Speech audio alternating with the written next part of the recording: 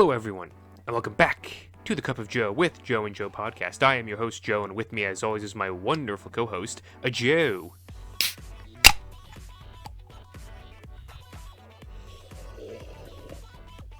I know what you're thinking. Beer for the first episode? No, it's not. Ladies and gentlemen, we have a beautiful, La Colombe draft latte in a can. This is the mocha flavor, and Joe, just to put this in perspective, this is about 2.5 cups of coffee, 2.5 cups of coffee in a can. It's 170 milligrams of natural caffeine, and boy, oh boy, I love it. I'm back on the kick, man. I thought I was waning off my coffee game, but oh man, good old Joey C's back at it. Wonderful. Good to see that you're back on the good old coffee game. When you cracked it, though, I did think, I was like, what's he diving into right away? What is that? I don't know what that is.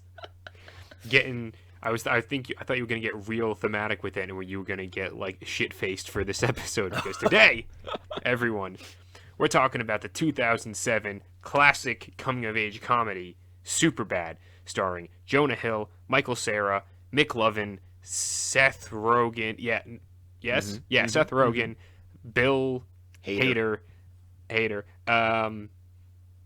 Emma Stone, one of my first ever celebrity crushes.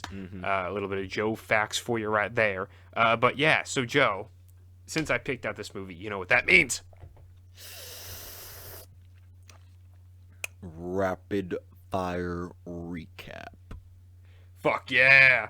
All right, so you ready for the countdown? Oh, I'm ready. Alrighty, 3, 2, 1, recap!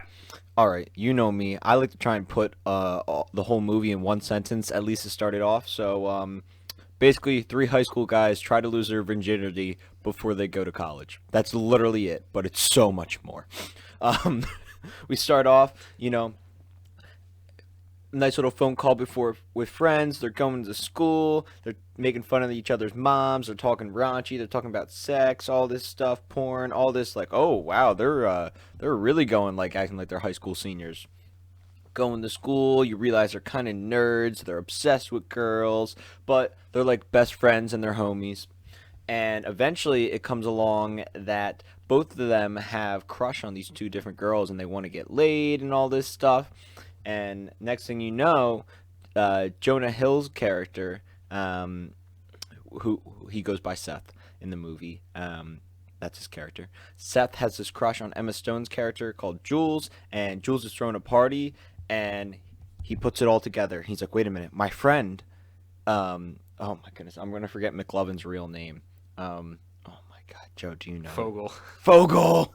Yeah. He's like, oh shit, Fogel's getting the fake ID.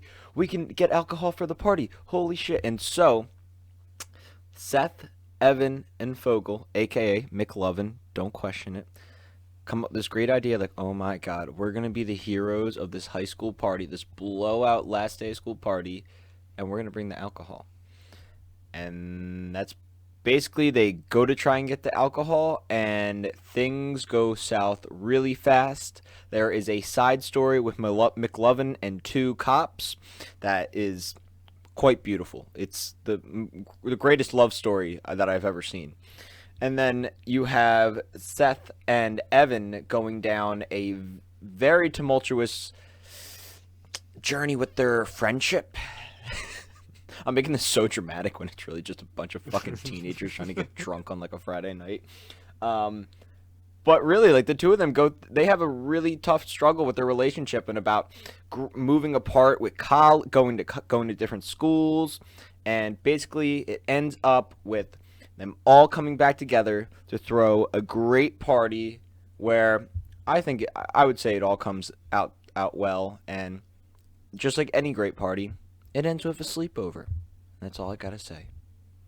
That was beautiful, just like the ending of this movie. Yeah, so good generalization of the plot, because it really is quite simple, to the point where it's just like, yeah, it's just basically a bunch of kids trying to, do the fuck F6. and then get drunk exactly before they end up going to They're college. trying. A bunch of guys are trying to get girls drunk so they sleep with them. Yes, it's 2021. I know, not cool, but in 2007 it was cool. Little problematic, just a tiny bit. Just a little. Just a little. But yeah, so first let's just talk about some of these characters because so many. I don't know exactly where everyone in this movie was pre this movie, but you have Jonah Hill, who has gone on to become a completely different like person or celebrity because he was the funny guy in this movie. Obviously, like, he's the fat friend. He's the kind of real big loser of the three of them, and then he's now Jonah Hill, where he's working on like he's acting in Scorsese movies. He's directing his own stuff like mid '90s, which was an awesome movie. And just a bunch of other. Like, he's a completely different person now, but he plays Seth in this movie, which is just such a stereotypical high school kind of like loser nerd kind of character. And then he's paired up with Michael Cera as Evan, and then I don't remember the actual actor's name who plays Fogel / McLovin. It's a long name, so like it's it's good. It's don't call him by his real name. We're calling him by Fogel or McLovin. Most likely McLovin.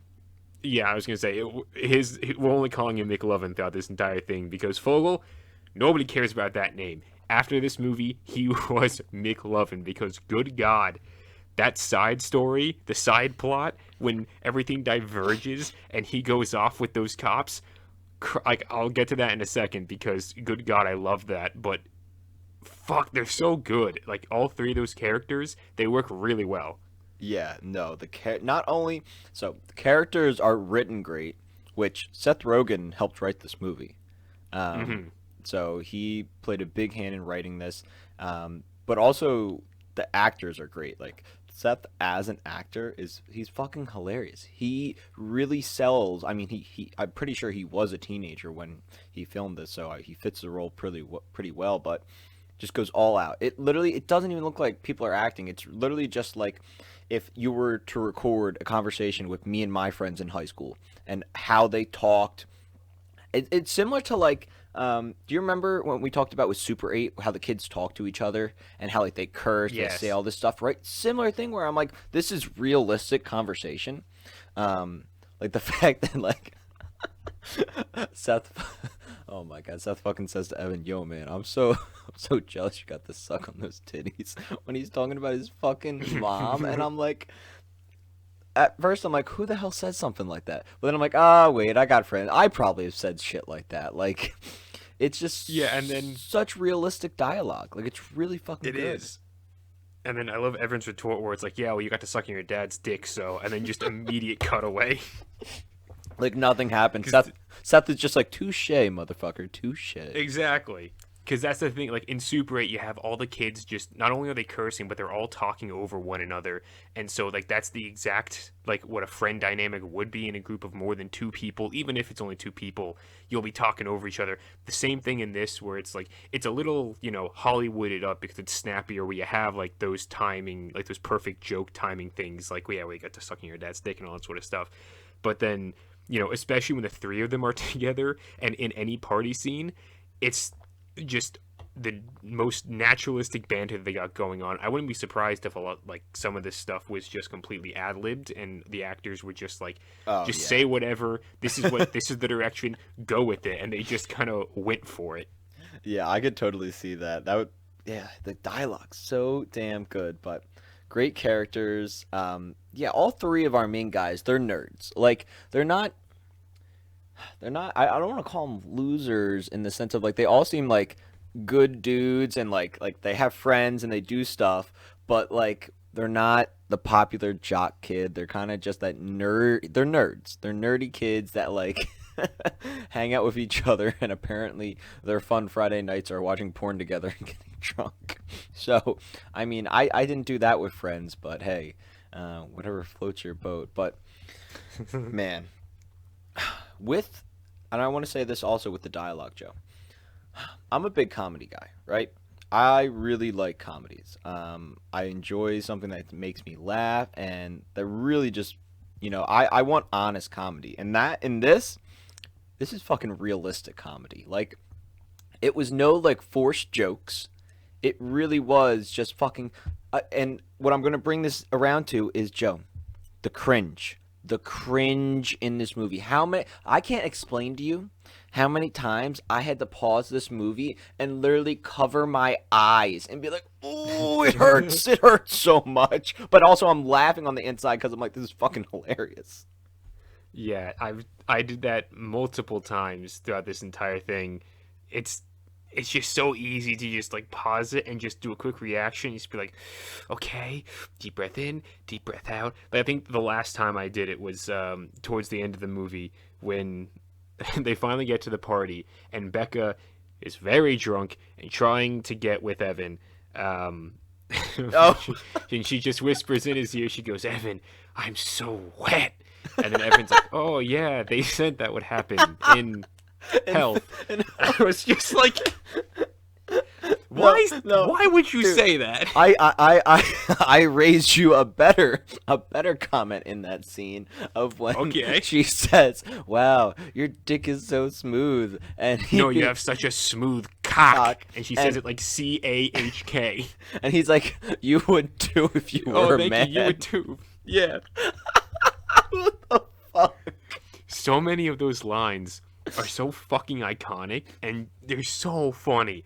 I love it because then later on, when the cops come in, whatchamacallit, what's his officer name? Officer Michaels, I think is what he's called. He just comes into the party, and he's just like, "I will assume all of you have guns and crack. Get ready to be fucked by the long dick of the law." Okay, yeah. We were talking about the kids. Okay, The cops, the yeah. best characters in this film. Right. So I'm happy you also had to pause it a couple times because of the cringe like that. Because sometimes I feel like I'm like, wait a minute. I'm like, am I just really embarrassed by this stuff? But it's good to hear other people pause it too because it's cringe, but it's cringe comedy. Like it makes you laugh. Yes. It's Yes. not like, ooh, that was just really weird. No, it's funny. So now, yeah, Joe, I want to talk about these cops because we've been talking about the kids for a little bit. But so when McLovin, and the reason we're calling him McLovin because in Superbad, Fogel, when he gets his fucking fake ID, they show it to Seth and Evan, and they're like, "Dude, what the fuck? Why are you from Hawaii? And why are you 25?" He goes, "Well, how many fucking 20-year-old, 1-year-olds do you think there are in this town?" He goes, "I gotta have the element of surprise." And they're like, "Oh my god." They're like, "Wait a minute. There's only one name." And he's like, "Yeah, I am McLovin." And they're like, "Oh my fucking god." He's like, "It was either McLovin or Muhammad." And they're like, "Why would It's you such a pick good fucking interaction. They're like, "Why would you pick Mohammed?" He's like, "Mohammed is one of the most fucking popular names." And they're like, just all this arguing, and you're like, "Oh my god, like this is fucking hilarious." But Fogel transforms into McLovin when he goes into this liquor store. For some reason, somebody decides to rob the liquor store as soon as McLovin is at the counter. He takes a punch like a man I've never seen before in my life. It was gorgeous the way he took that thing. And what ends up happening is these two cops show up and they end up talking to him about like, "Hey, what happened with this robbery?" And that's our two cop characters. I'm forgetting their two names. Yes, Officer Michaels. Officer Slater and Michaels. Slater Those are the and two Michaels. characters. Yes. And what ends up happening is they meet McLovin and they said, "You know what? Like, hey, you got to go somewhere. We'll drop you off. You miss your bus."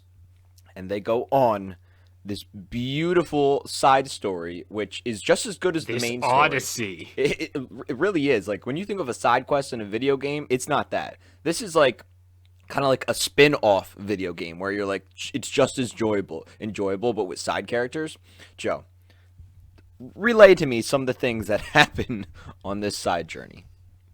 So at first, I believe they go off to stop like whatever. There's something going on like a bar. There's like some sort of The drunk. yeah, there's a drunk guy at the bar and he's not leaving, so they get called in to do that, and so they kind of come in and they just like freeze, and the guy just starts running away, and so you get this insanely comical scene of these two incompetent officers trying to take down just this drunk hobo in a bar. And they pull their guns and everyone's afraid because they think the Officer Michaels is going to start shooting in this bar with all these civilians. Because he's literally saying, "Do I shoot? Do I shoot?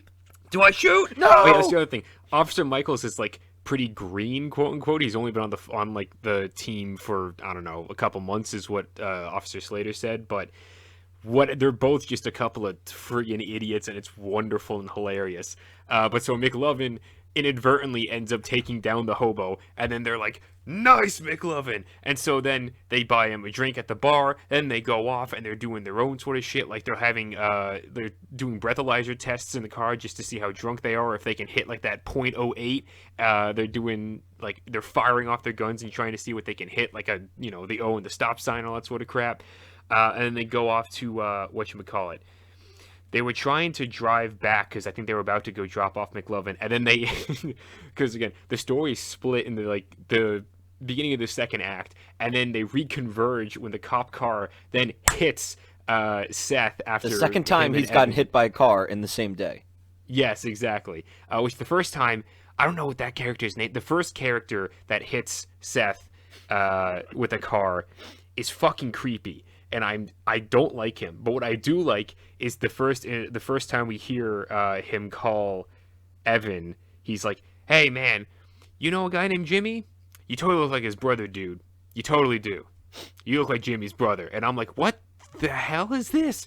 But then later on, when they're at another party with that guy, somebody else comes in and is like, "Yo, dude, that's Jimmy's brother." So I'm like, who the fuck is Jimmy and who is his brother? Dude, continuity, man. The first time I watched that, I completely missed the connection. But I got it this time, and I was like, "Oh shit! That was some fucking good ass follow through." Yeah, it's just a bit that they just carried on through the entire thing. But yeah, that's something that I wanted to just like mention in this, where it's like, it is just like a coming of age comedy sort of a thing, but I love the story structure in it because it is very much like, okay, beginning you're introduced to Seth and Evan, and you get those two guys, and then you're introduced to like Jules and Becca, the two love interests for those two, and then you're also introduced to Fogel, aka McLovin. And Fogel's love interest, come on, man. Exactly, in the same scene. So it's like everyone's paired off in their own stuff. Which you need in a movie about losing your virginity. Yes, exactly. But then they they have their own mini journey where they're trying to get the booze, and then the party splits. They split the party. So it's like Seth and Evan go on their own adventure and grow that way, and then McLovin and the two officers go on their own adventure and grow that way. And it's just really cool seeing how both of the story. Like, I was never disengaged from either storyline. It's like, I'm interested to see what Seth and Evan are getting up to, and I'm interested to see what McLovin and the two officers are getting up to, because both of them are just so funny and compelling just to see what they're doing. It's nice, because it's the Seth and Evan side is the more emotional investment, and then the, the McLovin and officer side is what I'd say is the more like crazy story kind of investment. You're just like, I just want to see how far this goes, and then the other one, you're just like, I just want to see this kind of get resolved and see what happens with it.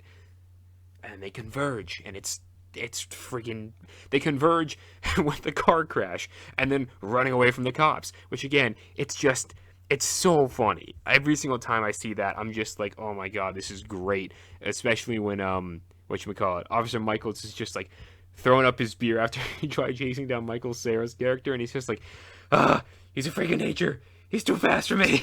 He's like, I'll scare him out, and he starts shooting his fucking gun. He starts shooting his gun. And I'm not sure if you heard, but Evan's in the bushes, and he's like, oh my god, they just shot Seth. Oh my god. He's dead. No.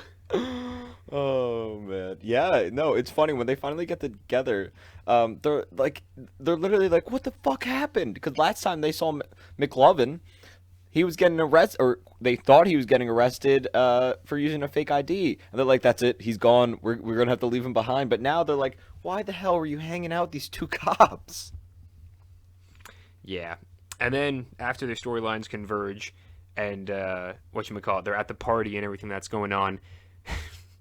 again, we already talked a little bit about what happened with Becca and Evan. They both are drunk, trying to sleep with each other. Does not go well. Becca throws up on... Evan What? respects women. Evan does respect women. Very, very awkward, but he was a good guy and didn't follow through with anything, even though he was kind of going with it. And then he was like, "No, wait, this doesn't feel right. Let's just keep kissing for a little bit." And she's like, "But I want to give you a blow, Jay." And that was the first time I'd ever heard someone just abbreviate job in blowjob. And I was like, why abbreviate that part? That was weird. That, like, my brain got hung up on that for a solid, like, 30 seconds. I was like, wait a minute. Why that? Why not just say the entire fucking word? Whatever. But they didn't go through with anything. Becca ends up vomiting on Jules's comforter anyway. And then you have Seth trying to make out with Jules, and then Jules is like, "You're drunk. I don't want to do this with you while you're drunk." And he's like, "But you won't get with me when you're sober." And she's like, "Not with that attitude." And he's like, "Oh." And then he headbutts her in the eye, and then she walks away. Hold up. I think one of the greatest plot twists for me is the fact that Jules wasn't drunk at all and that she didn't drink. I remember the first time I watched this, I was like, "Whoa!" I'm like, and again, I watched this when I was in high school and I was straight edge and didn't do anything, and I was like, "Oh my god, my people!" Like wow, somebody, they actually didn't portray, like, they portrayed something realistic, and I found it super surprising the first watch around and pretty unique. Like, I know it's such a little thing, but I think it fit Jules' character really well. And I think also it was just like a nice little surprise. Like, and you can see it in Seth's face. He's like, "Oh, wow, didn't think about that one." Yeah, I didn't think that, anyone sober would want to get with me, which is just, it's a real solid look into his own mindscape, how he views himself. Mister, I love the draw penises. It's a condition. About 8% of kids have it, don't you know? 8%. Which that was also just, 8%. that was a funny thing. What? He would be such a good cartoonist, like, seeing all those dick drawings, like, oh my god. Dude, and the music that was playing, it was like ba ba ba ba ba ba da ba dee doo doo da ba da, and I was like, oh my god, like, it was just too upbeat and bubbly, and I was like, what? Like, every time I see it, I'm like, why does this little, like, side road happen? I'm like, why is this even here? It's just, it's like all the side roads are just great little funny, they're funny bits, but they also help to further inform the characters in the movie, which is something great that I think a lot of comedy stuff doesn't really do nowadays. Or like there's like a lot of stuff that people always talk about comedy movies and why they fail or why they succeed and that sort of stuff. I always think it's like comedy, it's like something being in the superhero genre. It's like you can't really just have a superhero movie. It's gotta also be like another genre built with it, because a superhero thing on its own doesn't really work, especially not anymore since it's so saturated. Comedy movies, you want it to be something more than just like, haha, it's just funny jokes, because otherwise it's just a stand-up special, and it's like, what you want to be invested in a narrative.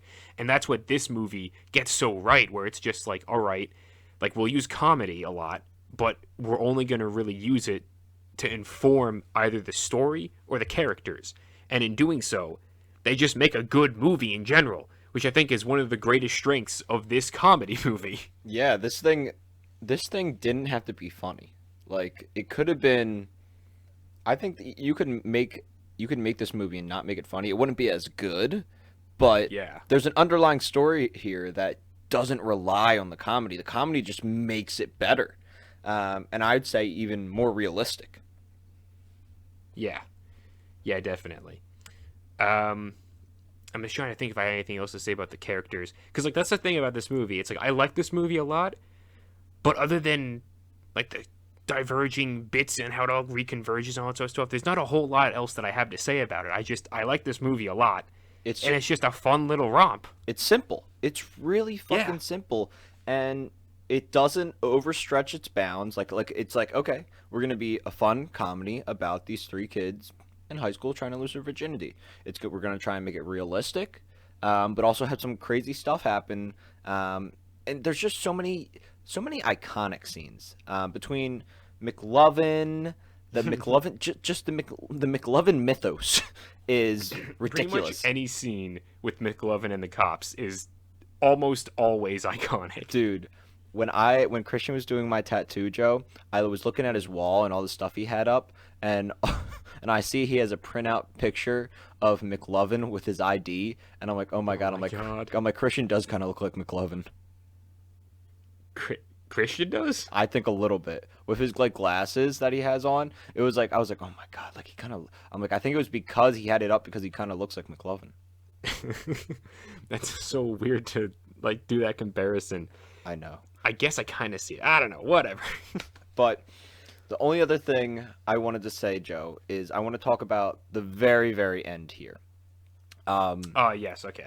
So it's kind of well. Let's talk about this sleepover. Once the party gets crashed by the cops, Officer Slater and Officer Michaels, and they find Fogel, or McLovin getting laid, doing his stuff, and they kind of tell him, hey, we knew you weren't 21 or 25 the whole time, and just a beautiful embrace with those three. It was gorgeous. Yes. True friendship. We then also get to see some good friendship between Seth and Evan, where it kind of comes together. Seth is literally, he's like, I'm gonna save you, Evan, and he's like trying to run home with him. It's hilarious. But once they actually get to, I believe it's Evan's house, Yeah. they're like, okay, like let's have a sleepover, sleep this off. And they're like, yo man, like I'm sorry about like flipping out about you going to college and all this stuff. I just, I really love you. And they're like talking about how much they love each other. They give each other a great hug. Like it's just friends being comfortable to be like, wait a minute, like it's not weird to say like you love your friend, and they're just saying how much they mean to each other. And it was so cool seeing them wake up in the morning and like their faces, like I could literally see their faces and I'm like, oh damn, they're dehydrated, look at that. That's how I feel after sleepovers. And it's like you got the plate with like the crumbs of the pizza bagels still on there, and I'm like, ha ha ha, very realistic. But they end up going to the mall because they're like, hey, like I'm not doing anything today, we can like hang out. Like it was kind of also funny because it made me think of like when like people have like a one night stand and they're like, oh well, you don't have to leave so early. Well, that's exactly what they were supposed to be parroting. Yeah.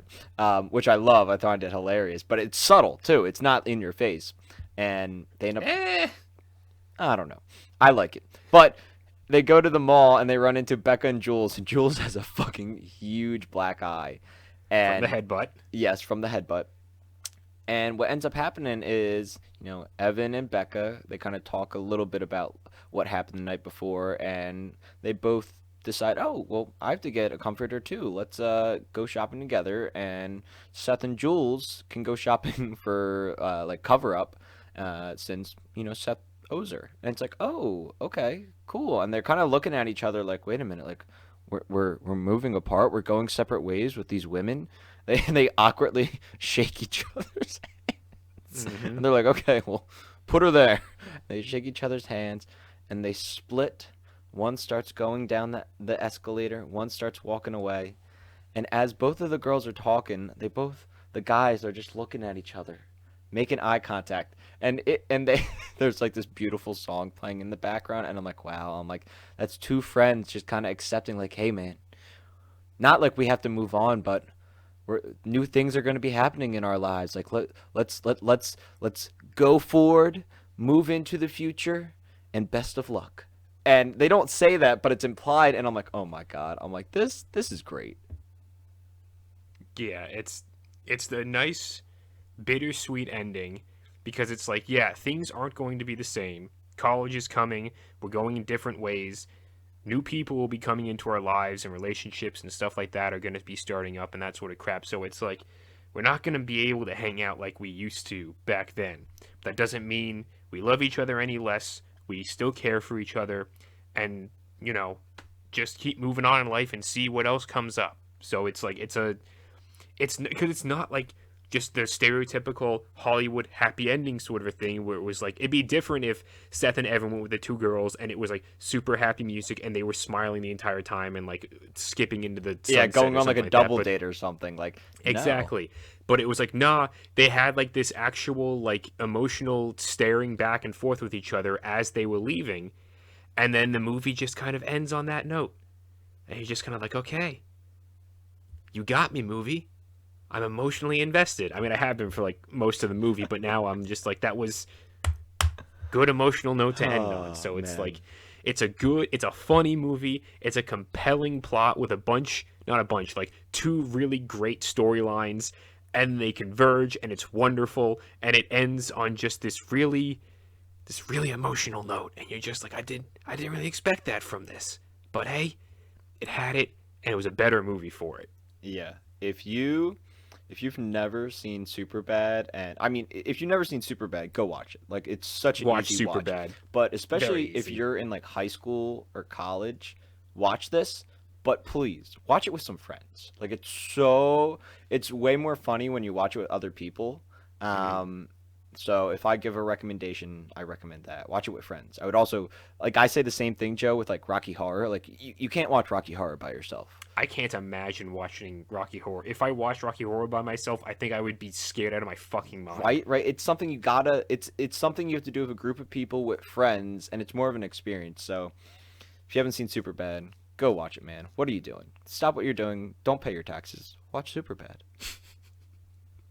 Tax evasion, baby.